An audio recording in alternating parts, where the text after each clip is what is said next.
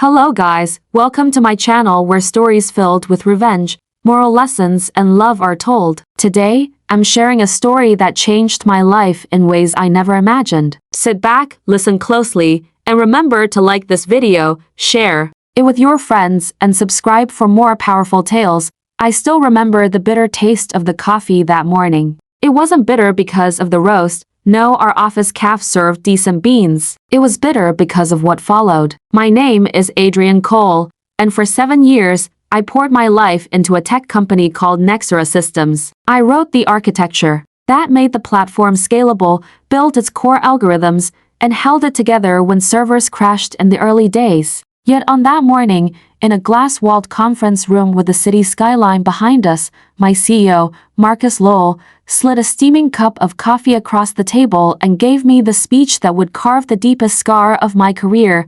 Adrian, he began, his voice rehearsed and clipped, you've been an invaluable part of this journey. But as we prepare for the next phase, we need to streamline the cap table. It's nothing personal, it's strategic alignment. I stared at him, the word strategic alignment rattling in my head like an empty can down a concrete alley. Sitting beside him were Clara Benton, the CFO, with her immaculate bun and unreadable expression, and the company lawyer Daniel Reese, whose tie was too tight around his neck. I had seen enough boardroom maneuvers to know what was happening. They were cutting me out. The coffee was just theater, a prop for civility while they erased me. Marcus didn't even meet my eyes as he pushed the separation agreement across the table. We're offering 3 months severance, plus an NDA. That protects both sides. He spoke like he was dictating weather patterns, as though the storm wasn't personal, as though the years of code reviews, late nights, and emergency fixes weren't the backbone of the very product he was preparing to sell.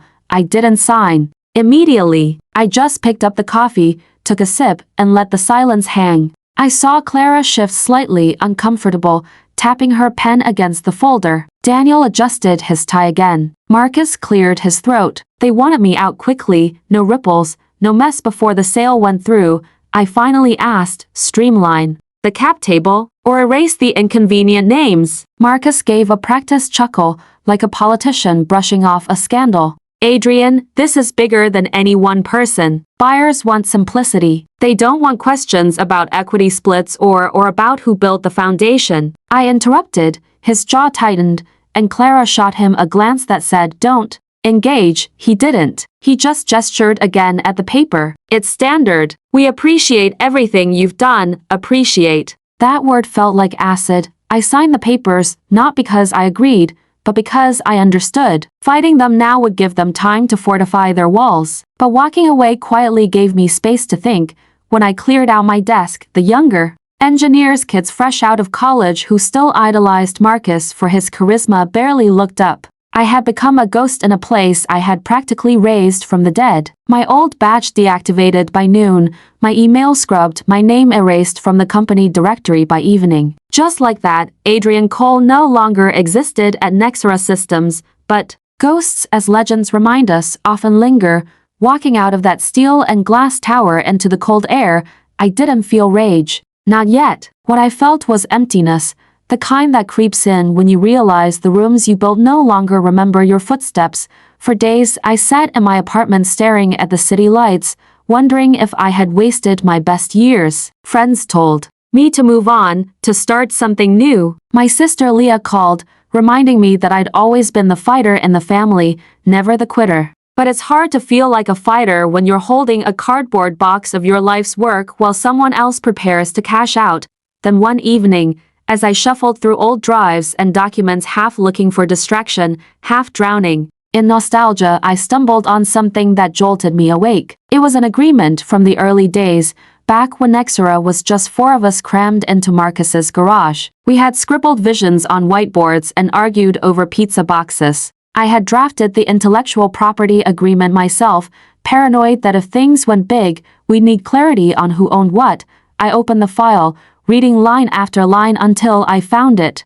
A clause granting me sole veto power over any sale or transfer of the core platform IP. My signature sat there, crisp and undeniable. So did Marcus's and the other two co-founders who had long since cashed out. My heart raced. They had fired me from the company, yes. They had erased my name from the cap table, true. But they couldn't erase this. The clause gave me absolute control over whether our technology, the very heart of Nexra, could be sold. Suddenly the coffee, the severance, the polite lies about alignment all made sense. They thought I was just another name to cut. They had forgotten the roots I planted. And roots run deep. I didn't call Marcus immediately. I didn't storm into the office waving the contract. No, I stayed silent. I reached out to an attorney I trusted, Vanessa Cruz, a sharp mind who thrived on overlooked details. I sent her the document. She called me within an hour, her voice sharp with excitement. Adrian, this is ironclad. They can't sell without you. Not legally. That night, for the first time since the firing, I slept with a smile. They had treated me like a ghost, but they didn't realize I was the lock on their treasure chest,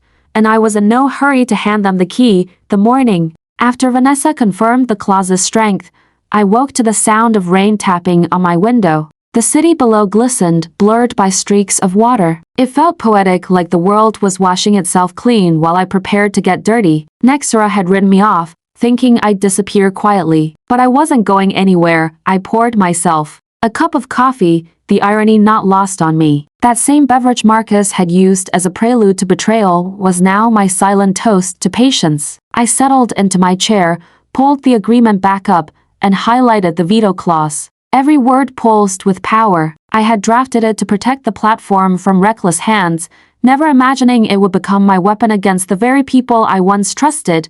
Vanessa and I met that afternoon in her office, a compact space lined with law books and framed degrees. She tapped the document with her pen. They'll pretend this doesn't exist until you force it into the light. Once the acquiring company sees it, Marcus will have no choice but to deal with you. I asked her what my options were. You could block the sale entirely, she said, leaning back. But that leaves you with nothing but satisfaction. Or, you can use this to negotiate what they denied you: equity, compensation, recognition. Think of it as a bargaining chip with 9 figures on the table.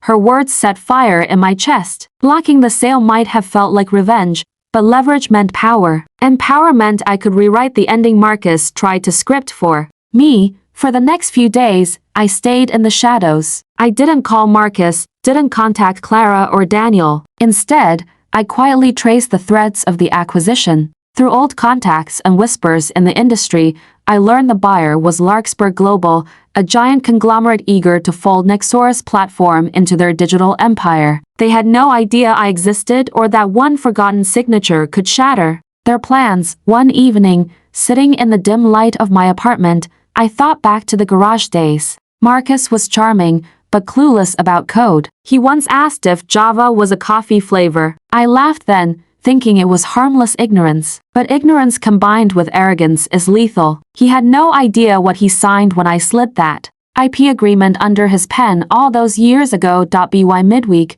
Vanessa drafted a letter to Larkspur's legal team. It was direct, almost cold, informing them of my veto rights and making it clear no acquisition could proceed without my explicit consent. She advised me to stay quiet until they reacted. It didn't take long.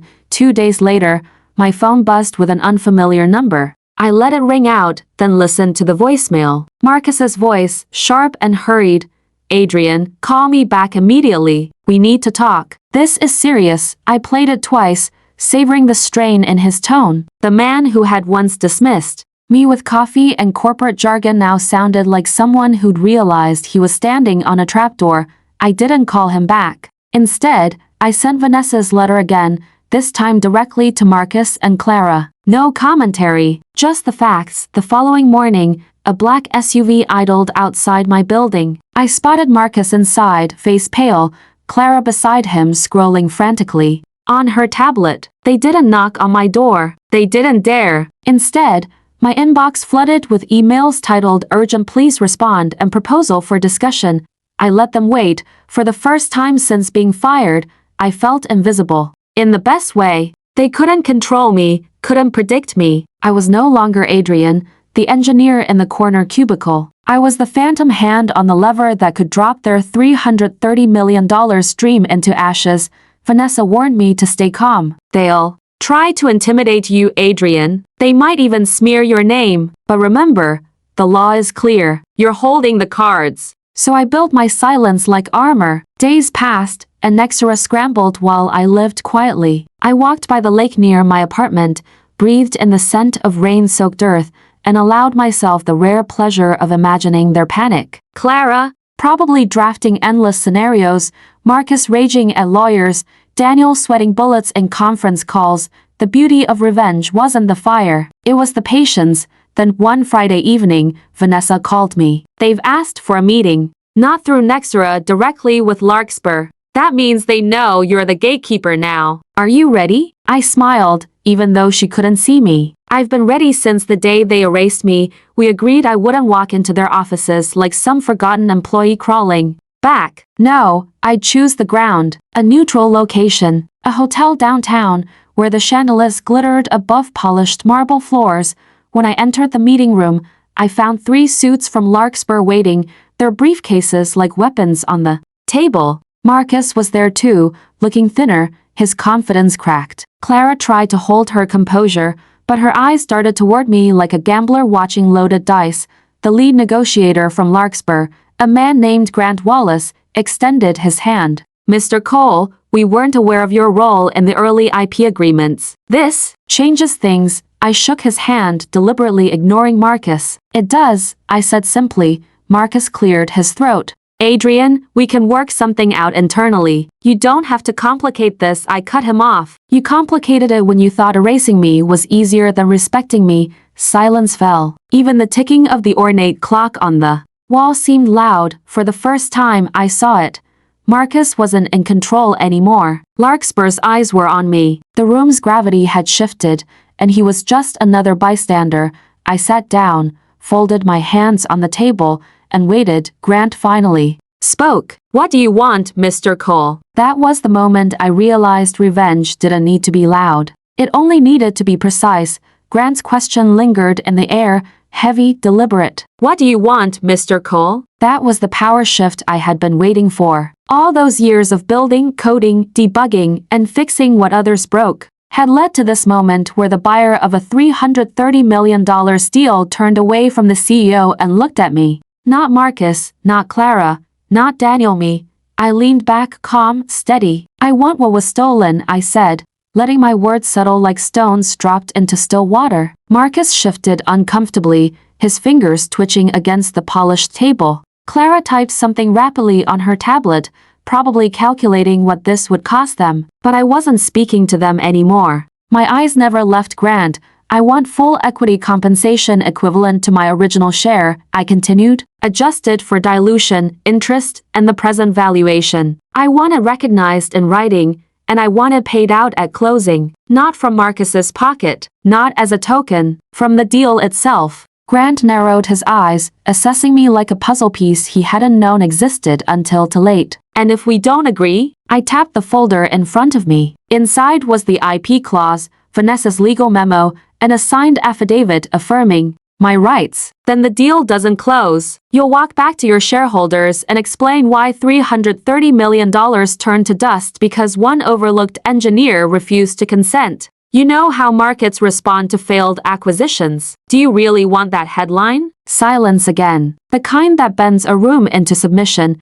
Marcus broke first, his voice sharp. Adrian, this is extortion. I finally looked at him, meeting his eyes for the first time since the firing. No, Marcus, this is justice. Extortion is what you did when you fired me to simplify the cap table. You gambled that I'd walk away quietly. You lost. Grant raised a hand, stopping Marcus before he could explode further. Let's be clear. You're asking for an equity payout outside the cap table, directly negotiated. You realize that's unprecedented. I shrugged. So is a sole veto clause from the garage days of a startup. Yet here we are. The negotiators exchanged glances. Clara's face paled. Marcus clenched his jaw so tight I thought his teeth might crack. I sat in absolute stillness, letting the tension coil tighter around them, watching as they realized the truth.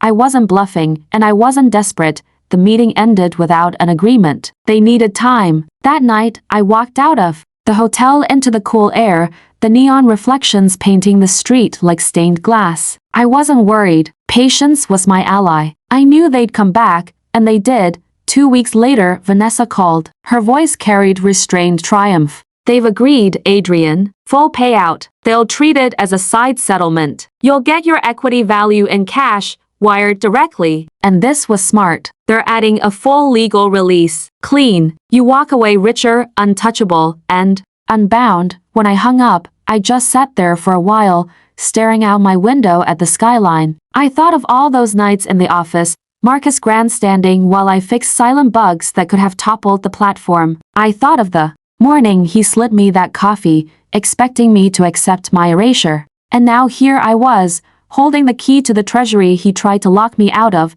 The day the deal closed, Marcus issued a company-wide announcement. The emails leaked, as they always do, filled with hollow praise and exaggerated history. My name wasn't mentioned once, but my bank account told another story. The wire came through, the numbers surreal. More than I had ever dreamed of in those garage days. Enough to buy freedom in any form I wanted. I didn't celebrate with champagne. Instead, I drove out to a quiet lake house on the edge of the city and signed the papers Vanessa sent over. With one signature, the veto was lifted, the sale went through, and Nexera became part of Larkspur. Marcus got his exit, Clara got her bonus, and I got something far greater than both vindication.